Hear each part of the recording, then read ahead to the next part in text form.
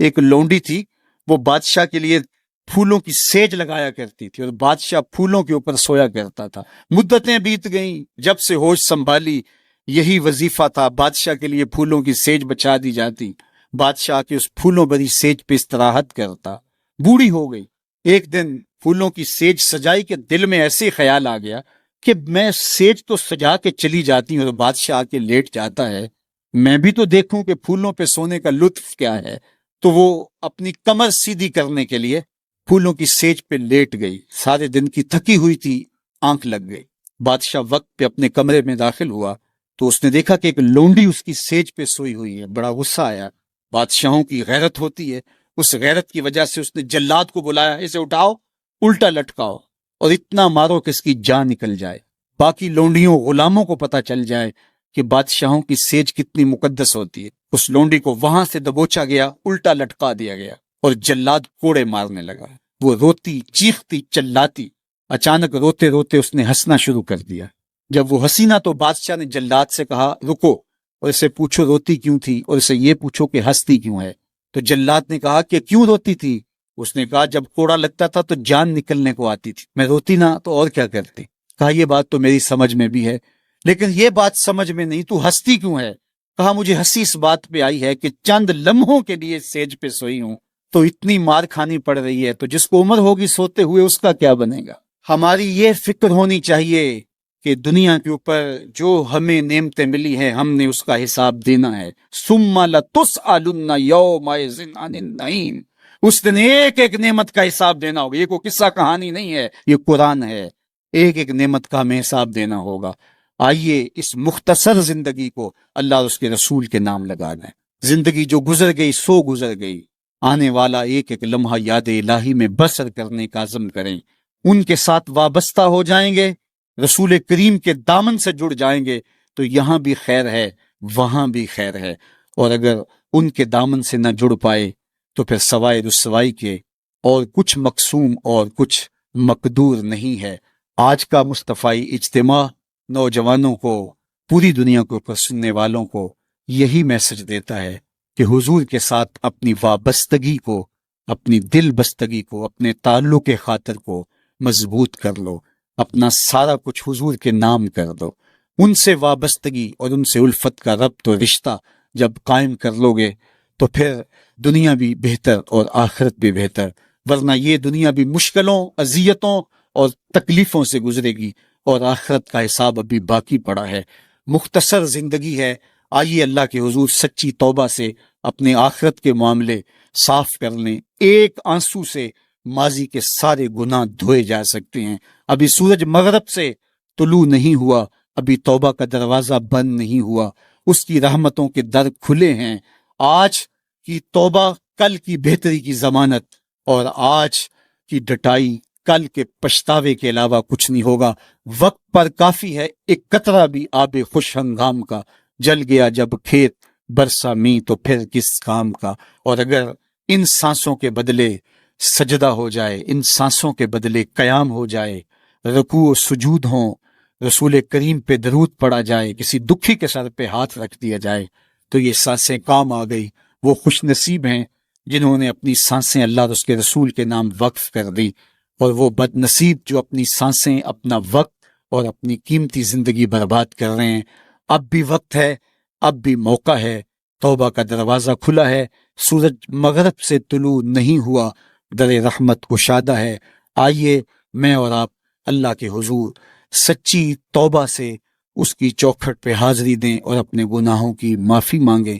جس شوق و محبت سے، جس پیار کے ساتھ آپ لوگ تشریف لائے، میں آپ سب لوگوں کا شکر گزار بھی ہوں۔ قافلوں کو ترتیب دینا، پھر ذمہ داری کے ساتھ یہاں تک لے کر کے آنا، یہ ایک کٹھن کام تھا، اور ادارۃ المصطفیٰ کے ذمہ داران نے پاکستان کے مختلف شہروں میں محنت کر کے قافلہ سازی اور پھر یہاں تک ان کے پہنچانے میں جو مشقتیں سہی، اللہ اس کا انہیں اجر عطا فرمائے۔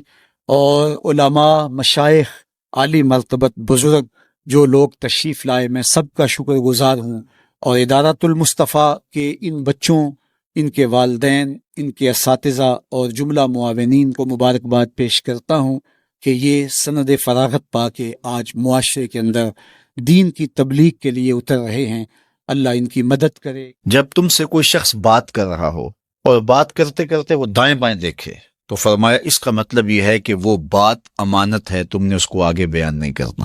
چونکہ وہ دائیں بائیں اس لیے دیکھ رہا ہے کہ کوئی اور تو نہیں سن رہا، تو پھر اس کا مطلب کیا ہوا؟ یعنی اگر کوئی بندہ روٹین سے بات کر رہا ہے تو لہجے میں آہستہ ہو جاتا ہے، تو پھر بھی یہ اس بات کا اشارہ ہے کہ وہ اس بات کو راز رکھنا چاہ رہا ہے. دیواروں کو بھی کان ہوتے ہیں تو وہ ذرا آہستہ بول رہا ہے. اور وہ بات کرنے سے قبل دائیں بائیں دیکھتا ہے کہ کوئی اور تو نہیں سن رہا، تو وہ آپ سے کر رہا ہے، تو اس نے یہ آپ کو کہا نہیں کہ یہ راز ہے. کہتے ہیں صاحب عقل وہ ہوتا ہے جس کو راز بتانے کے بعد یہ نہ بتانا پڑے کہ یہ راز ہے. اس میں اتنی عقل تو ہو نا، اتنا تو فہم ہو نا کہ راز بتائیں اور پھر بتائیں کہ یہ راز رکھنے والی چیز ہے. تو رازدار ایسا ہونا چاہیے کہ جس کو راز بتانے کے بعد یہ بتانا نہ پڑے کہ یہ راز ہے اور یہ راز نہیں ہے. تو بہرحال وہ کچھ اشارے ہوتے ہیں جو عاقل سمجھتا ہے، اور یہ کوالٹی اور یہ خوبی اور یہ وصف ہم میں سے ہر شخص کے اندر موجود ہونا چاہیے. اگر کوئی راز کی بات کرتا ہے تو پھر اس کے اعتماد پہ ہمیں پورا اترنا چاہیے، وہ راز راز ہی رہے. اور بندہ کہتا ہے کہ میں یہ راز کسی اپنے رازدان کو بتاؤں گا، تو پھر اس کے بھی تو اپنے رازدان ہوتے ہیں نا. وہ کیا کسی نے کہا تھا، بلیا یاراں نو راز نہ دسیں، یاراں دے بھی یار ہوندے نہیں. تو پھر یاروں کے بھی آگے یار ہوتے ہیں، پھر ان کے بھی آگے پھر راز تو ہوتا ہی نہیں ہے، پھر تو وہ پھیلتا چلا جاتا ہے. تو آپ تک آ گیا، بس آپ تک آ گیا، وہ سینے میں سما گیا، ساری زندگی قبر میں لے کے جانا جو راز ہے. تو اب بعض کا ایسا ہوتا ہے کہ کوئی شخص اس کو راز سمجھ رہا ہوتا ہے، آپ کے نزدیک وہ بڑی بات نہیں ہوتی اور آپ اس کو آگے روایت کر دیتے ہیں.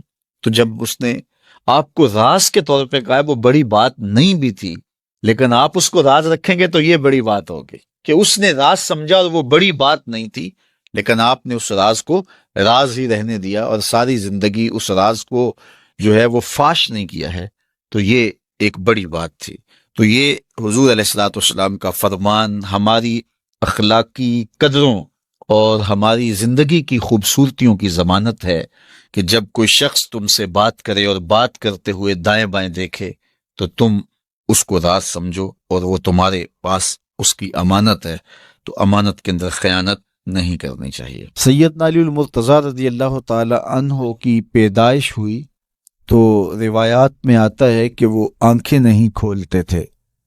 حضور مبارک بات دینے گئے اور اپنے بھائی کو دیکھنے گئے تو ان کی والدہ حضرت فاطمہ بنت اسد رضی اللہ تعالی عنہا نے کہا، بیٹا پیدا تو ہوا ہے لیکن پریشانی یہ ہے کہ آنکھیں نہیں کھولتا.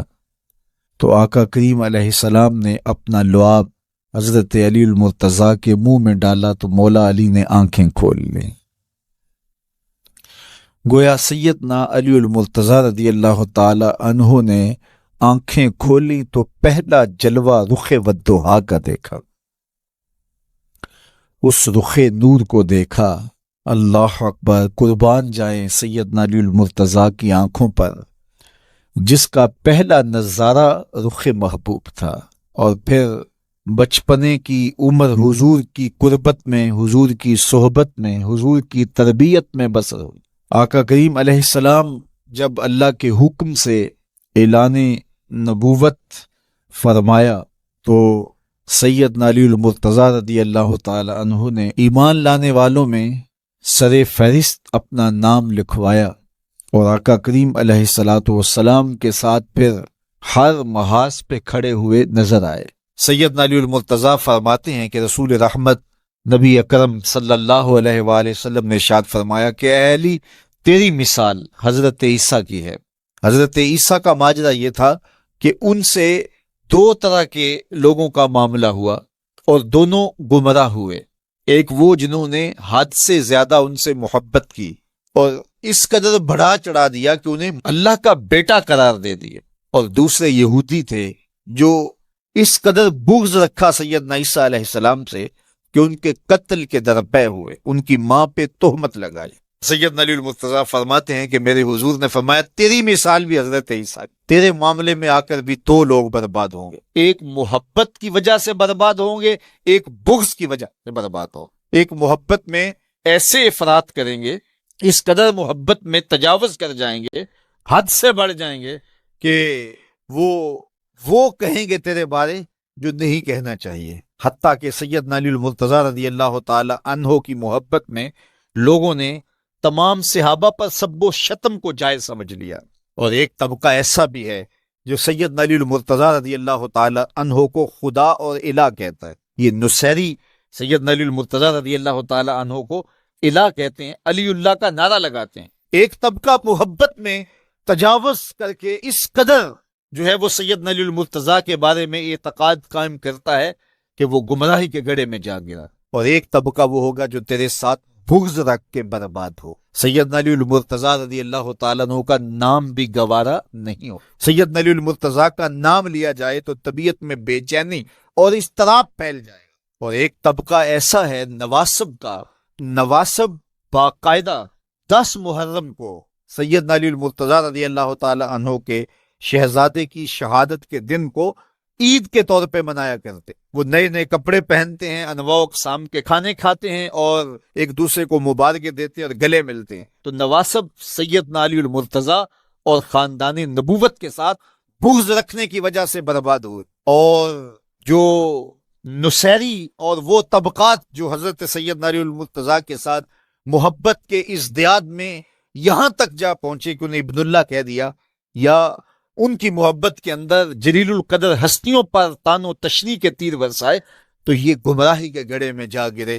تو میں کہتا ہوں انہیں مبارک ہو جو سیدنا علی المرتضیٰ رضی اللہ تعالیٰ عنہ کے ساتھ وہ پیار کرتے ہیں جو شریعت اسلامیہ، شریعت بیضا کا تقاضا ہے، جس سے رسول اللہ کی آنکھیں بھی ٹھنڈی ہوتی ہیں، اصحاب رسول کی آنکھیں بھی ٹھنڈی ہوتی ہیں، اور اہل بیت رسول کے دلوں کو بھی قرار پاؤ. اہل بیت نبی کے گھر والے ہیں اور صحابہ نبی کے در والے ہیں. ہم کہتے ہیں گھر والوں تمہیں بھی ہمارا سلام اور در والوں تمہیں بھی ہمارا سلام. رسول کریم صلی اللہ علیہ وآلہ وسلم نے ارشاد فرمایا کہ ایک فقیہ، ایک عالم شیطان پر 1000 عابدوں سے بھاری ہے. 1000 عابد عبادت میں لگے ہوں شیطان کو ان کی وہ ٹینشن نہیں ہوتی جو ایک عالم کی ٹینشن ہوتی. اس لیے وہ ایک طالب علم کو دین سے ہٹانے کے لیے جتنی محنت کرتا ہے، وہ ایک تہجد گزار کو تہجد سے ہٹانے کے لیے وہ محنت نہیں کرتا. ہمارے استاد فرمایا کرتے تھے کہ شیطان تخت لگا کے بیٹھ گیا تو کسی نے آ کے بتایا کہ میں 2 آدمیوں کے درمیان لڑائی ڈال دی ہے، تو وہ بڑا خوش ہوا، تھپکی دی اپنے چیلوں کو کہ تو نے بہت اچھا کیا ہے. پھر کسی نے آ کے بتایا کہ میں نے چوری کی واردات کروا دی ہے، تو اس نے اس کو بھی تھپکی دی. پھر کسی نے کہا کہ میں نے جو ہے وہ برائی اور بدی تک لوگوں کو پہنچا دیا ہے اور زناکاری میں لوگ میری کوششوں سے مبتلا ہو گئے ہیں، تو اس نے کہا واہ واہ تو نے بھی بہت اچھا کام کیا، اس کو بھی داد دی. تو مختلف لوگ آ کے اپنی کارروائیاں اس کے چیلے چانٹے بیان کرتے رہے. اور ایک آیا اور اس نے کہا کہ ایک طالب علم جا رہا تھا تو میں نے اس کو ورغلا کر کے جو ہے وہ دین کی راہوں سے دور کر دیا ہے. تو وہ پڑھنے جا رہا تھا لیکن اس نے اپنا رخ بدل لیا تو وہ اچھل پڑا. تو باقیوں نے کہا کہ ہم نے اتنے بڑے بڑے کام کیے ہیں، یہ تو ایک معمولی کام تھا. اس نے کہا تمہیں نہیں پتا یہ کتنا بڑا کام کر کے آیا ہے. تو شیطان انسانوں کے روپ میں بھی ہوتا ہے. تو بعض اوقات جو علم پڑھنے والے ہوتے ہیں ان طلباء کو شیطان بھی وسوسہ اندازی کرتا ہے، اور بعض لوگ بھی کہتے ہیں جی تمہارا مستقبل کیا ہوگا. دینی طلباء کے لیے بڑے مسائل ہوتے ہیں. وہ کہتے ہیں تمہارا مستقبل کیا ہوگا. مستقبل سمجھا کس کو ہے؟ 45 سال زندگی کل ہے ٹوٹل جو زندگی ہے ہماری، یہ ایوریج زندگی نکالی ہے، کسی کی 60 سال بھی ہو جاتی ہے، لیکن ایوریج کہتے ہیں 45 سال یہاں زندگی ہے. اس میں چوتھا حصہ یا تیسرا حصہ تو سو کے گزرتا ہے نا. 8 گھنٹے بھی دن رات میں سوئیں آپ تو 45 سال زندگی میں سے 15 سال نکل گئے، باقی 30 سال رہ گئے زندگی کے. اس میں بھی 8 سال بچپن کے نکال لو. وہ میرے ایک دوست نے بڑا حساب لگا کے نا تو وہ کہتا ہے 16 سال بچتے ہیں ٹوٹل. 45 سال ایوریج زندگی ہے تو جو زندگی گزرتی ہے بھرپور وہ 16 سال ہے. تو میں کہتا ہوں کہ 1 سال جو ہے وہ یہ سیلفیوں کا بھی نکال لو، یہ بھی ہر جو ہے وہ آدھے گھنٹے کے بعد 5 منٹ یہ بھی صرف ہوتے ہیں. تو 15 سال 16 سال ٹوٹل زندگی ہے. اس کو مستقبل سمجھا جاتا ہے. اصل مستقبل کون سا ہے؟ اللہم ان العیش عیش الآخرہ. میرے حضور فرماتے ہیں اصل زندگی تو آخرت کی زندگی ہے.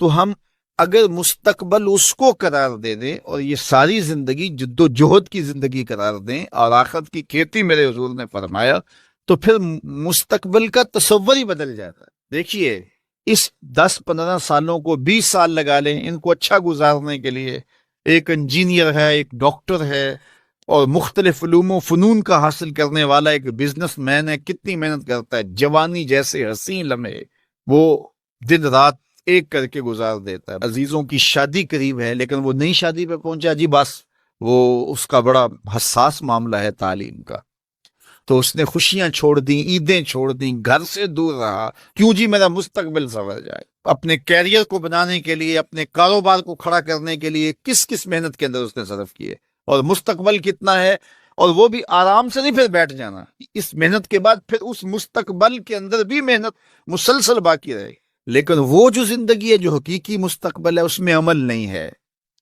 حتیٰ کہ اس میں نمازیں بھی نہیں ہیں۔ آخرت کی زندگی کے اندر ہمارے لیے نمازیں بھی نہیں ہوں گی، روزے بھی نہیں ہوں گے، پھر ٹینشن فری زندگی ہے۔ وَلَكُمْ فِيهَا مَا تَشْتَهِي أَنفُسُكُمْ، جو دل میں آئے گا سامنے پڑا ہوا ہوگا۔ یہاں تو حسرت میں زندگی گزر جاتی ہے نا کہ یہ چیز مجھے مل جائے، اور ملتی اس وقت ہے جب اس کی خواہش ہی ختم ہو چکی ہوتی ہے۔ لیکن وہاں جو آرزو کرے گا، ابھی آرزو خانہ ذہن میں ہوگی، ابھی ذہن سے دل میں اتر کر کے دل کو بے چین نہیں کرے گی کہ وہ خواہش پہلے پوری ہو چکی ہوگی۔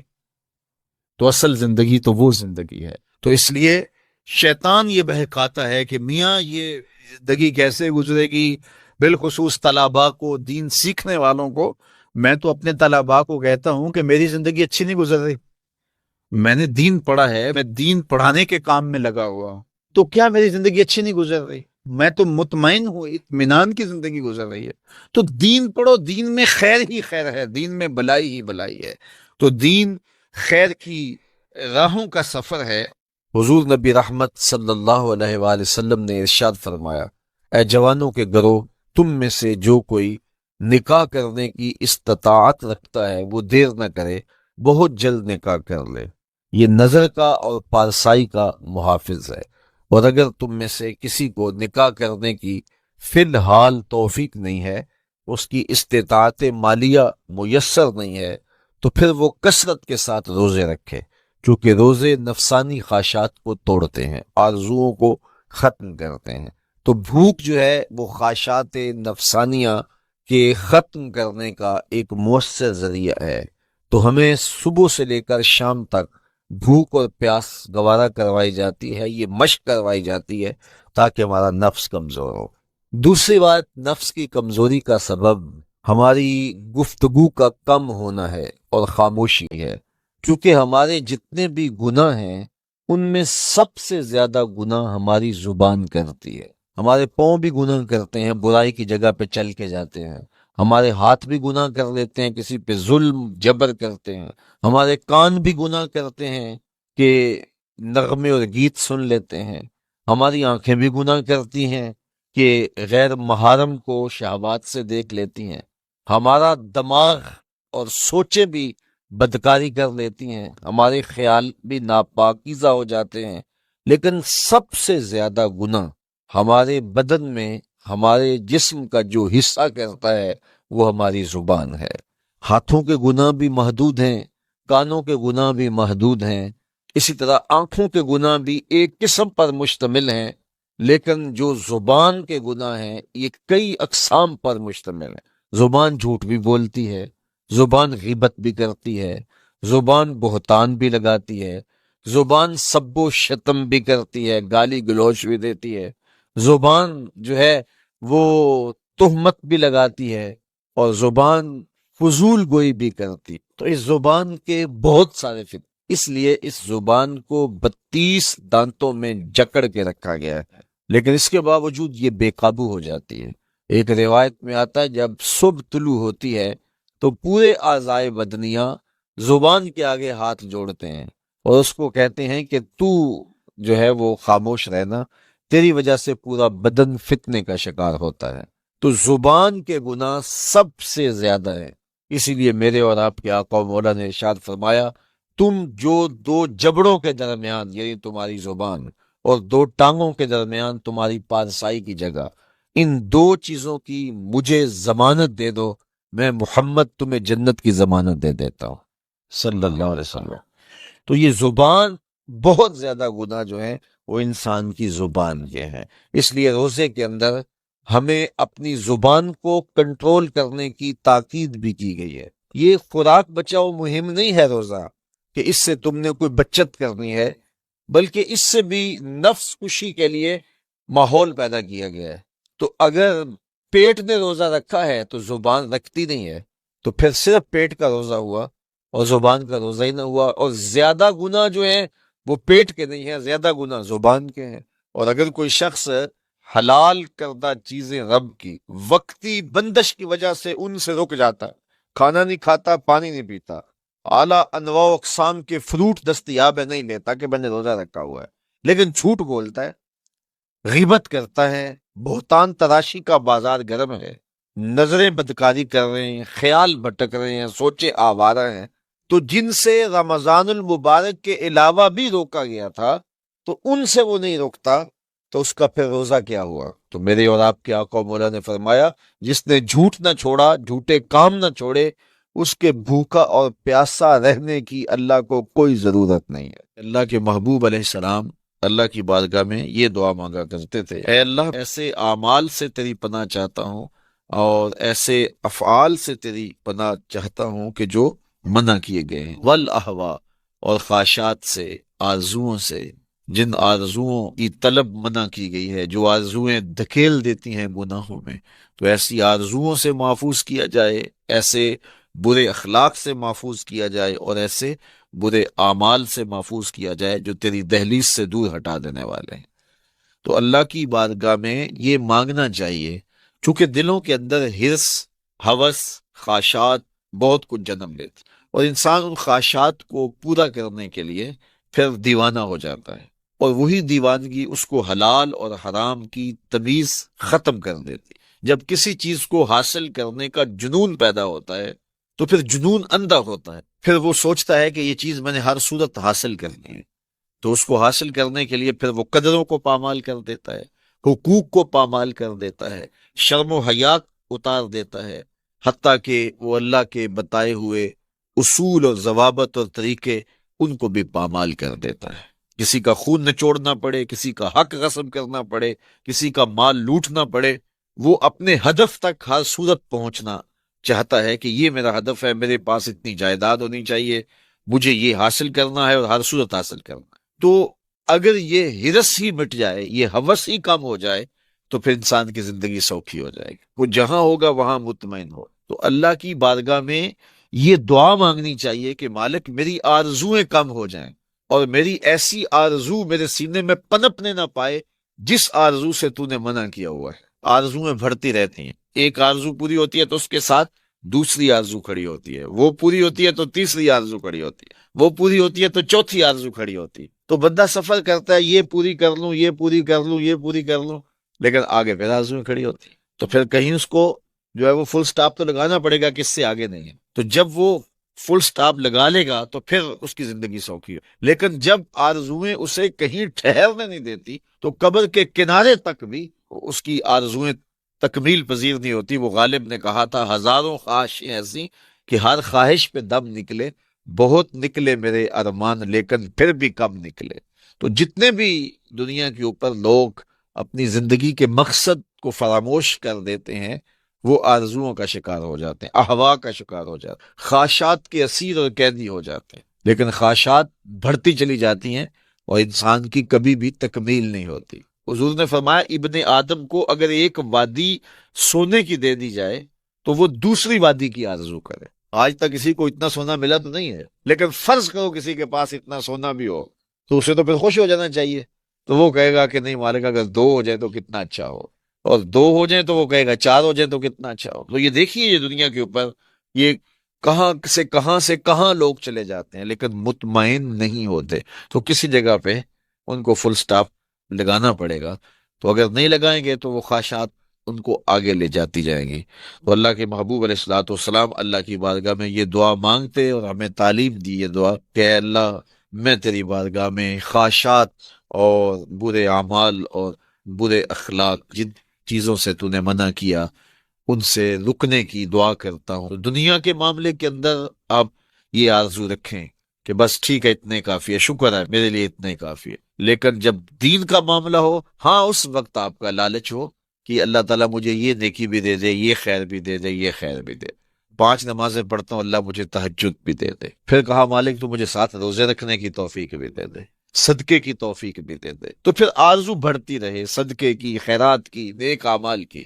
لیکن یہاں ہم جب اعمال خیر کی بات آتی ہے تو اس وقت ہمارا رویہ یہ ہوتا ہے کہ اگر فلاں بخشا گیا تو ہم بھی بخشے جائیں گے، فلاں تو نماز بھی نہیں پڑھتا، میں تو پھر 5 پڑھتا ہوں۔ اور جب دنیا کا معاملہ آتا ہے تو پھر ہم اپنے جو ہے وہ آگے دیکھتے ہیں کہ فلاں کہاں پہنچ گیا، ہم کتنے پیچھے رہ گئے۔